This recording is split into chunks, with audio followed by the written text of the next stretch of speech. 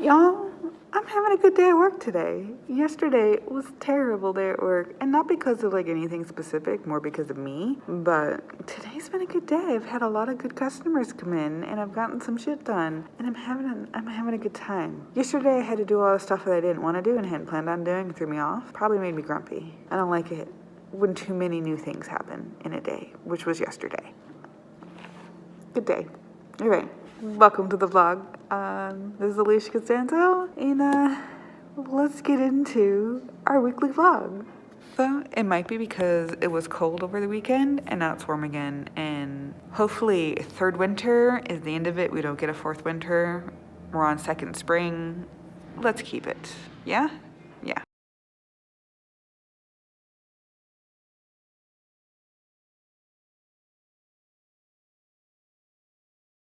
Inevitable though. I do from down here. Oh. Just stick it up.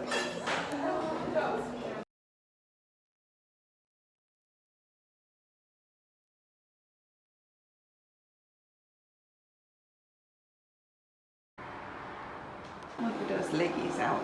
Look at those dirty leggies out. I do not know how, and I do not know why, but I wrote, what was it, 2,671 words today. Like, what the fuck? I mean, I got my writing done with Betty Ann, and then I wrote more. But how did I do this? I wrote 2 full chapters. What the fuck? Hey guys, so while I'm cleaning up my mess, I thought I might talk to you a little bit about sticks and bones. Amongst the sticks and bones, I think is what it is. Bring you closer. Seanan McGuire, Among the Sticks and Bones, book 2 in, oh, why can't I think of what series that is? Hidden Doorway series? Anyways, this is about Jack and Jill, Jacqueline and Jillian, and terrible parenting and the kind of shit that people can get into, children can get into when their parents want them as props rather than actual children. When parents teach their children how to do things that are useful rather than spoiling them. So it is quite metaphorical and just a heart-wrenching ending. Oh my gosh. I wish I had read the first one a lot sooner, a lot closer to this one, so that I could remember how much I dislike one of the characters, or if that's me thinking of somebody else in the first story who did some terrible things. And I can't remember who did it. So I'm in this like limbo-y state of, do I need to hate her or is she okay? You know? Anyway, so the twins are essentially separated in their roles as girls. One's allowed to be a tomboy and one must be a prissy girl, and it creates so much issues for them both because they both want to do like both things, be both types of people, but their parents keep them in those boxes. Whereas grandma, who was kicked out when they were 5, wanted them to be whole people. And there's something interesting about this book because I usually don't like omniscience. I usually hate omniscience. And this book was omniscient, but done with a purpose because it was kind of like a fairy tale, you know? And you needed that kind of narration, that kind of fluidity in and out of people's heads in order to get the full impact of the story. Because I don't think we would have gotten it without it. And that worked. That worked very well. I gave this a 4.5 stars. I really, really enjoyed it. There were some things where I was like, maybe that's my frustration of not having read the first one as close to it as I really needed to. And I read a lot of books, so I forget some things. That was one of the things I forgot. I probably should have paused, but it was a 4-hour book, and I read it pretty much in one day. I had like 17 minutes left to listen to this morning. It was a good book. I enjoyed it. Would recommend. I do like most things Seanan McGuire so far. So, yes. Okay. I just finished playing, like, the role part of my TBR in my rating game, so I'm going to figure out what I can get to match all those things. It's going to be one of my things I do today. I think I have something else to do, but I can't think of what that is, so, yes. Also, Basil very loud in my head right now. Like, hold your horses, buddy. We got shit to do before we get where you want to get. Okay? Okay. On to doing things.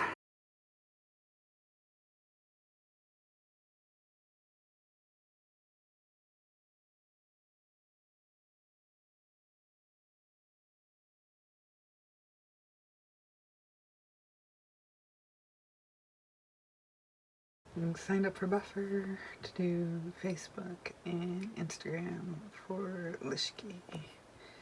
I've got 2 this week, 1 for today and 1 tomorrow, and then next week's done, and I'll come back Friday to start all over again. I'm at work and I kind of feel crazy, so I'm gonna journal a little bit because I have a prompt to do that this month. So.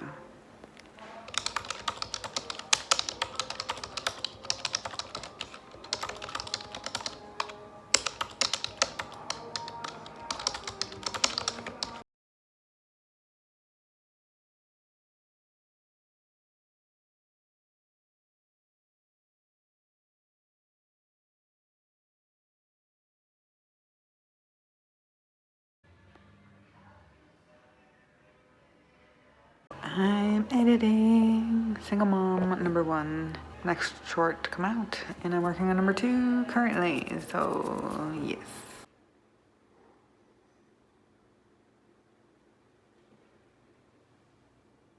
So this is me attempting a content plan according to the write out I did, and as you can see, that's a lot of shit.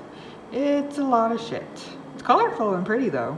Right, so this thing is a plan, quarterly plan. Obviously, I've got all of my color codes, but let me tell you what I'm doing consistently currently. If you can see these, I'm doing my newsletters consistently. I'm doing my vlogs and my YouTube pretty consistently. I have not done TikToks at all. I've not done Reels at all. I have not done Reddit at all. Then I have my static Lishki, Autumn Lishki pen name for Instagram, my static plan and write for Instagram, and then my TikToks and Reels for my plan. I have not done either of those things yet. I don't have my blogs on here, and that's fine because I never really know when those are gonna go up, other than the ones I do for my newsletters. Like it's all the same. It's a launch thing, so it's all together. This is the goal. Let's see if I can make this my plan for Q2. This is one of my main things I'm gonna work on to see if I can't follow through. Yeah? Does this make sense? I'm terrified. We're gonna, over the next 2 weeks, since it's the end of March, I'm gonna play with TikToks and Reels and see if I can't make any of these, and how much time it's gonna take me, so I can know when I can prep them all to be put up. So part of the problem is not just the prepping stuff. I have plenty of Instagram posts prepped. It's remembering to put them up, and I don't want to pay for a scheduler. So it's gonna be interesting. Yeah, I do have Buffer though, for Instagram at least, and Facebook. I was gonna do Pinterest on there, but just for like the 1 count set. Can I do another? I don't know. We'll see. Okay, I've babbled too much probably.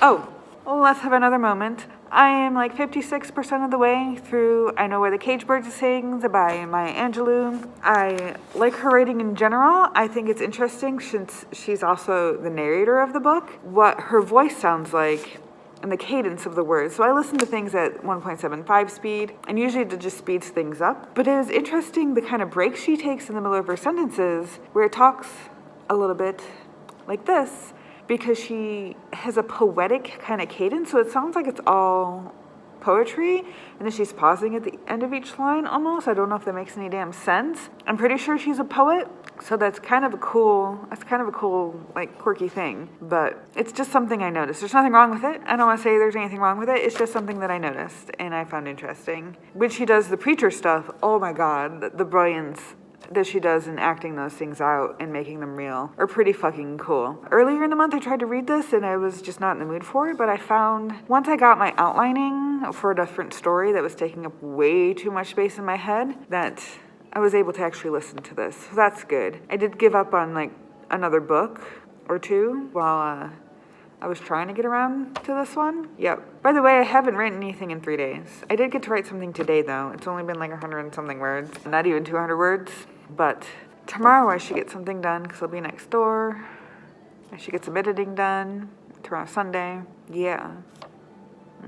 Maybe I can get some content ready too That would be the nice thing. I also have to go shopping tomorrow. I need to edit a video or film a video tomorrow if I have any daylight by the time I get home and I've showered and that kind of thing. Maybe I can do it in the morning before I go to work. Is that possible? Will I be awake enough? Things. If the boys aren't home today, I could go do it then. Do I have it all planned? I don't know.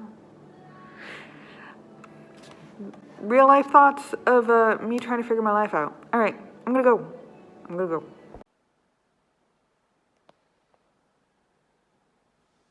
Hello, everybody. So, I finished I Know Why the Caged Bird Sings by my Angelou?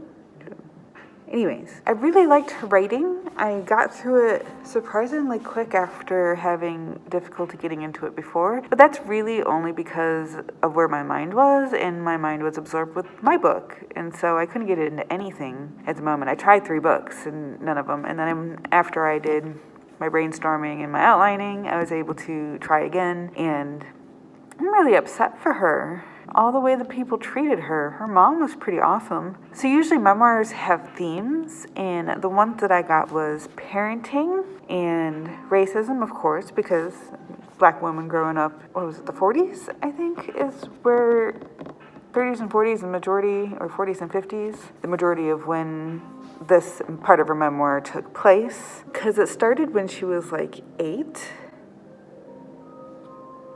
I think.